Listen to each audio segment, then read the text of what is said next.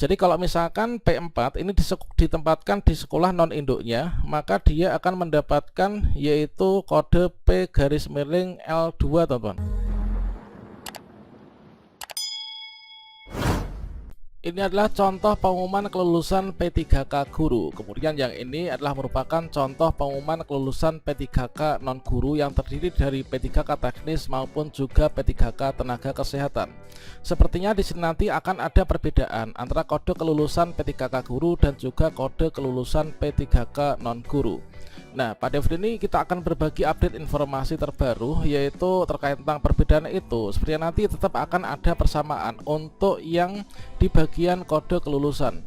Berikut ini kita akan memberikan contoh kode penempatan P3K guru 2023, yaitu untuk yang pertama yaitu yang P garis miring L dan juga ada P garis miring L2.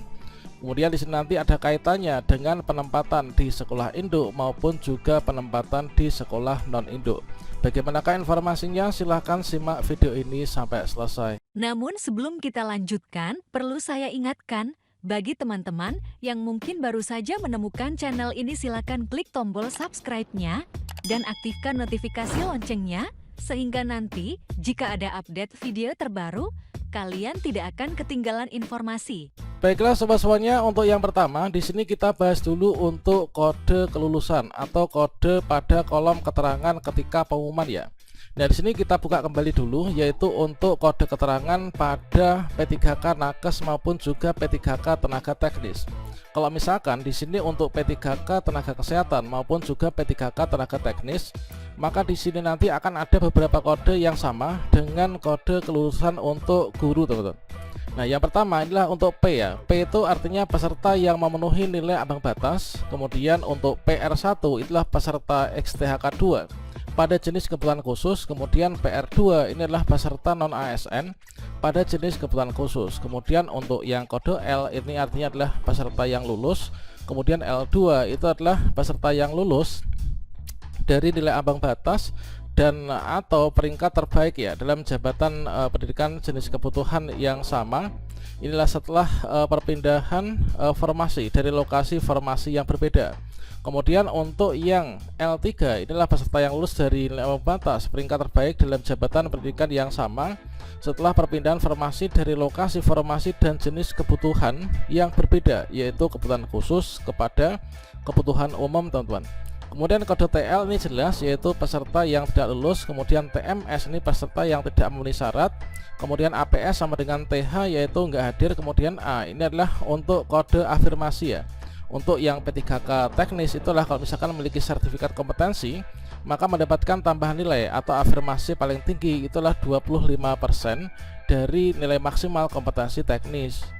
Dan sekarang kita buka yaitu untuk kode keterangan pada P3K guru ketika pengumuman sudah disampaikan ya untuk pengumuman kelulusannya. Nah, informasi ini kita dapatkan dari rakor, teman-teman. Yang mana dalam rakor itu disampaikan dari Kemdikbudristek bahwa untuk kode pengumuman P3K guru 2023 ini adalah untuk TH itu artinya tidak hadir ya. Kemudian P itu artinya lulus passing grade, tidak mendapatkan formasi. Kemudian P garis miring L ini adalah peserta yang lulus dan mendapatkan formasi. Kemudian peserta yang TL itu tidak lulus. Kemudian P garis miring L2 itu peserta yang lulus, ini adalah mengisi formasi kosong, teman-teman. Kemudian coba kita cek yaitu untuk contoh pengumuman kelulusan P3K guru itu kira-kira adalah yang seperti ini. Jadi kalau misalkan di sini kita cermati yaitu P3K di tahun 2023 itu antara P3K guru, P3K teknis maupun juga P3K kesehatan itu di sana ada dua jenis formasi, teman. Nah, formasi yang pertama itulah formasi kebutuhan khusus dan juga yang kedua itulah formasi kebutuhan umum. Nah, formasi kebutuhan khusus ini adalah sama kalau misalkan di P3K guru, teknis, nakes itu sama. Kebutuhan khusus itu adalah tenaga non ASN yang sudah bekerja di instansi pemerintah ya. Kemudian yang umum itu adalah yang tidak termasuk dalam khusus. Nah, khusus itu adalah terdiri dari THK 2 dan juga non ASN di sekolah negeri ataupun juga di instansi pemerintah ya. Jadi kalau misalkan kita lihat secara luas itulah untuk penyelenggaraan P3K itu ada dua jenis formasi dan juga ada dua kategori pendaftar. Namun di sini tentunya untuk P3K teknis dan juga nakes itu berbeda kasusnya dengan P3K yang guru, teman-teman. Karena kalau misalkan di P3K guru itu masih terbagi lagi, yaitu ada P1.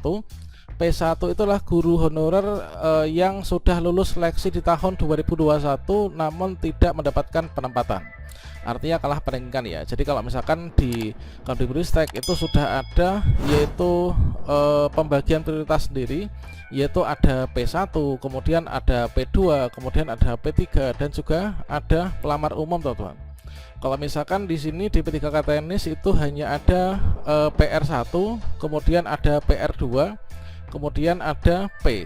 Nah, kalau PR1 itu adalah tenaga non ASN, yaitu THK2 ya. PR1 itulah ex THK2 masuk kebutuhan khusus, kemudian PR2 itulah tenaga non ASN pada kebutuhan khusus. Kemudian yang selain itu yang mendapatkan kode P_L itu nanti adalah dari pelamar umum. Itulah untuk pembukaan terkait tentang perbedaan kode yang kemungkinan nanti akan muncul ya. Nah, sekarang di sini kita akan berfokus pada pembahasan kita, yaitu sesuai dengan judul kita ya, yaitu di sini ada P_L dan juga P_L2, teman-teman.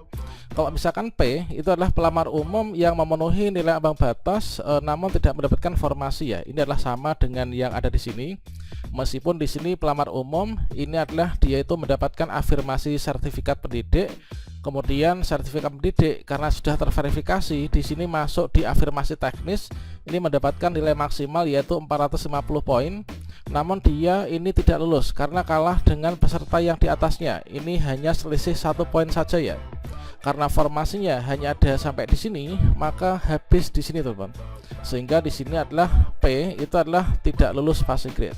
Nah, sehingga nanti kalau misalkan kita kodenya ini P_L yaitu peserta yang lulus dan juga mendapatkan formasi. Ini contohnya adalah seperti yang ada di sini ya. Dan untuk prioritas nanti sepertinya akan muncul di sini ada kolom baru untuk P3K guru, yaitu prioritas kita itu P1, P2, P3 ataupun juga dari P4. Sehingga di kolom keterangan ini nanti hanya akan ada kode kelulusan ini, teman-teman.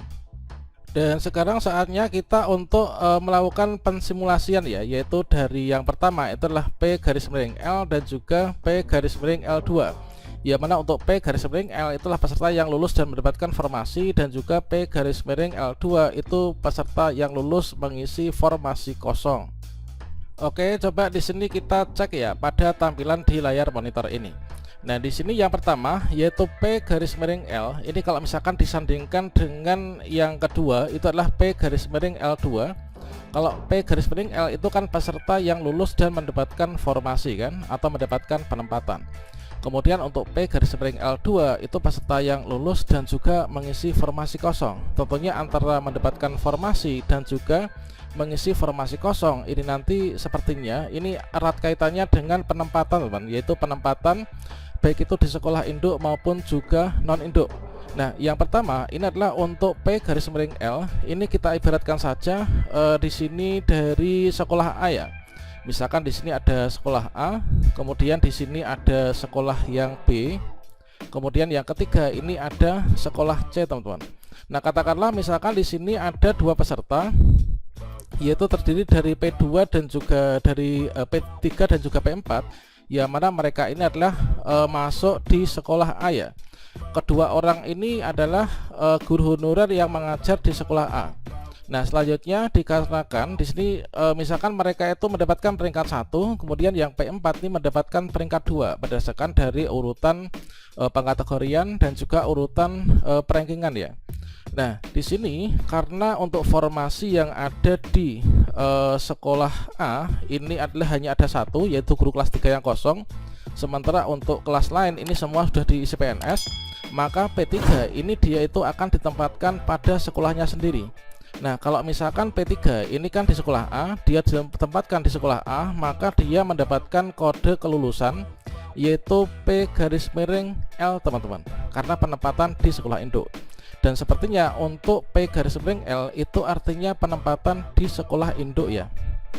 Nah, beda lagi dengan peserta yang P4. Nah, P4 ini dia lulus, dia ditempatkan di sekolahnya sendiri nggak bisa, dikarenakan di sini sudah diisi dari peserta P3. yang mana yang memenangkan untuk pengurutan dari kategori prioritas ya. Nah, sehingga di sini nanti P4 ini dia itu akan lulus dan juga mendapatkan penempatan, namun tidak ditempatkan di sekolahnya sendiri. Bisa jadi dia itu ditempatkan pada sekolah B, yang mana dia itu mengisi formasi kosong yang ada di kelas 2. Karena di sini ada satu guru honorer, kemudian formasinya lebih banyak daripada jumlah guru honorer di sana, maka satu formasi ini tidak terkunci. Jadi untuk formasi yang satu ini adalah miliknya dari guru honorer Indo ini, kemudian formasi yang ini inilah merupakan formasi kosong, teman. Jadi kalau misalkan P4 ini ditempatkan di sekolah non induknya, maka dia akan mendapatkan yaitu kode P_L2, teman. Nah, seperti ini. Sama halnya juga ketika dia itu nanti ditempatkan yaitu pada sekolah C, yaitu untuk mengisi entah itu guru kelas 5 maupun juga guru kelas 4. Karena di sini nggak ada guru honorernya, maka dua formasi yaitu formasi guru kelas 4 dan juga formasi guru kelas 5 ini dapat dikatakan sebagai formasi kosong ya. Maka ketika P4 ditempatkan di sini, dia juga akan mendapatkan kode keterangan di bagian samping kanan keterangan ini nanti adalah P_L2. Jadi itulah menurut sepemahaman saya itu adalah terkait tentang kode P3K guru. Kalau misalkan kita nanti mendapatkan kode P_L itu artinya kita ditempatkan di sekolah induk. Kalau misalkan P_L2 kita ditempatkan di sekolah non induk. Oke, seperti itu kira-kira.